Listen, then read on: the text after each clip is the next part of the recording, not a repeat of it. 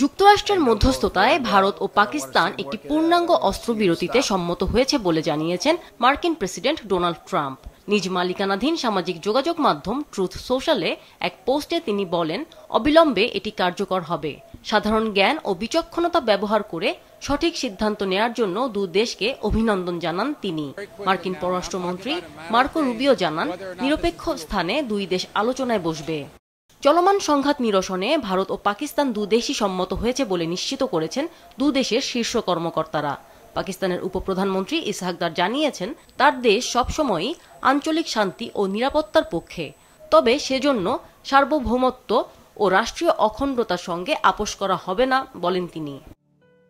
অন্যদিকে বিক্রম মিস্ত্রি বলেন, পাকিস্তানি সেনাবাহিনী ডিরেক্টর জেনারেল অব মিলিটারি অপারেশনসের সঙ্গে তার সমপর্যায়ের ভারতীয় সেনা কর্মকর্তার বিকেলে ফোনালাপ হয়েছে। দুপক্ষই সব রকম হামলা বন্ধ করার বিষয়ে সম্মত হয়েছে।